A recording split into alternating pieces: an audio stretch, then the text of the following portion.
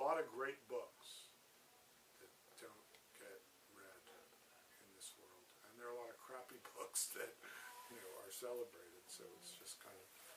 But I mean, I think anybody in any profession knows that it's not always, you know, the best people who are celebrated. Anyway, I don't mean to be bitter. Well, you know, probably the most read section of books is comic books in the world. Yeah. Then there's, you know, Burn Doonesbury. Yeah. Good. And I'm sure kids don't read Doonesbury now.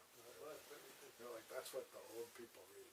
yeah, but then there's Whatever. a Lone Ranger, and you know, the William Tell Overture. You know, Yeah, exactly. introduced to opera and the type music through cartoons, and it eventually has an effect somewhere down the line. But if you were going to give one of your books to someone for Christmas, that would make that person want to buy another one of your books, which one would you give? Well, I'm a little torn. Return of the Osprey is the book that's had the most impact, but that is more. I mean, there's humor in it,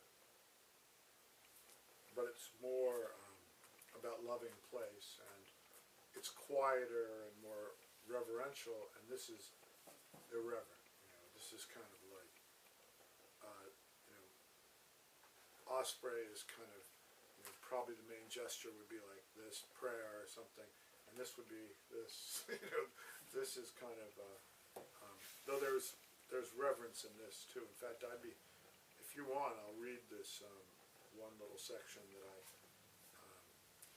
did on NPR's This I Believe. The little yeah. I'll have to now use my 50-year-old glasses. Not the glasses are 50-year-old, but Before you start that Osprey that was at Ground Zero, did you see the nest? yeah, it was immature. It was a little cup of a beautiful nest, and I wonder if they'll be able to breed after all that toxic stuff. I think they will be able to, because I think the toxic. It was like I described in the book. It was like the autopsy scene in E.T., or to go earlier, since some of us are older, and the Andromeda strain, where they have everything was sealed in all these trucks, and it was so I think I can find this. And then, because I insisted on getting that beer, I'm going to have to use the men's room before I keep going. So I mentioned that we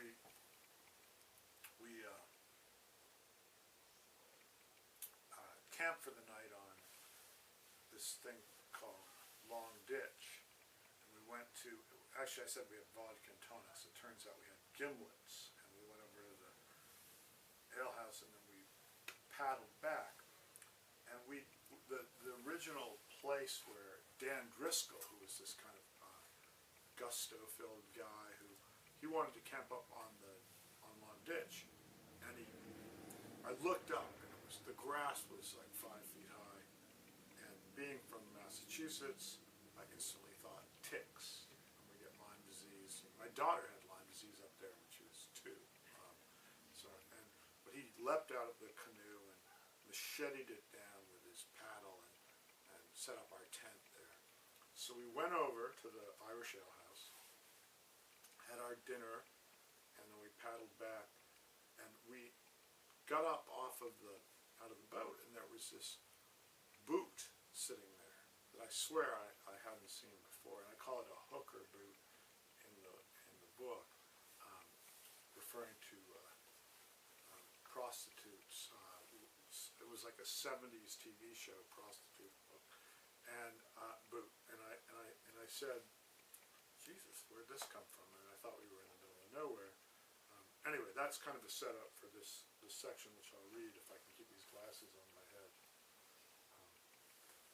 This is my wildness, a trashy ditch with a hooker boot for flora. Maybe that's a good thing.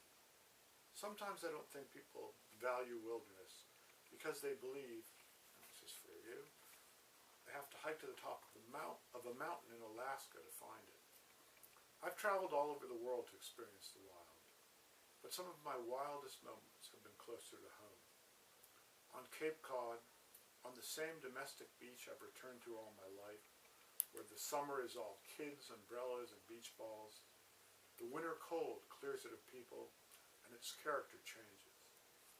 From the rocks at the end of the beach, I once watched hundreds of snow-white gannets dive from 100 feet in the air, plunging into the freezing winter ocean like living javelins.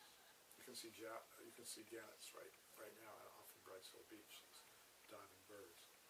Then as the birds dove down, something else dove up, a breaching humpback whale rising as it herded the same fish the gannets were diving for.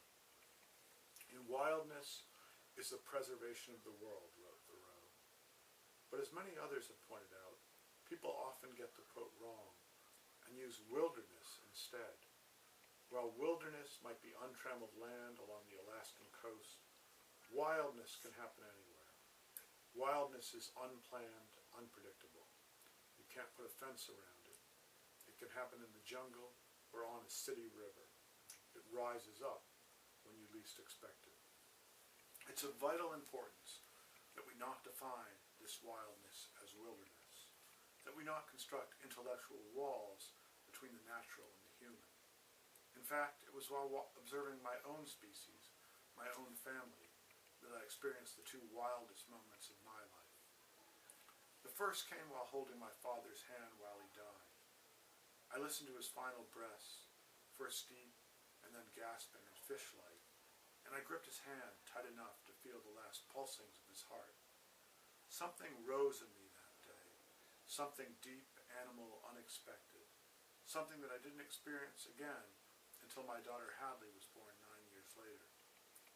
Before her birth, everyone warned me that my life was about to change, the implication being that it would become tamer, but there was nothing tame about those 24 hours in the hospital, or that indelible moment after the C-section when the doctor reached into my wife up to his elbows and a bloody head emerged, straight up, followed by Hadley's full emergence and a wild squall of life as her little arms rose over her head in victory. Sure, the surge was physiological, goosebumps and tingling scalp and 100 other physical symptoms, but it was more than that too, a wild rush, both a loss of and a return to self. These moments of death in life, as much as any moments in pristine nature, reconnect us to our primal selves, remind us that there is something wilder lurking below the everyday, that having tasted wildness, we return to our ordinary lives both changed and charged.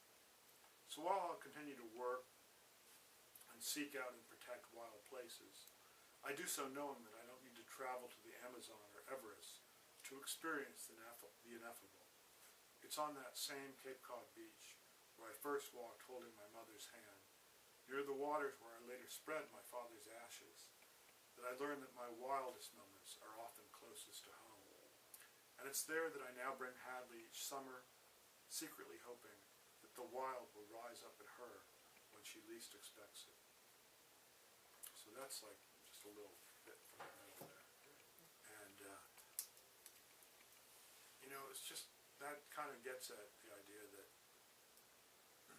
for me, with kids with their virtual worlds now and so much time's on the computer, I might not win out. She may well be just emailing her life away in a couple of years. But I try to battle her out to Mason Borough.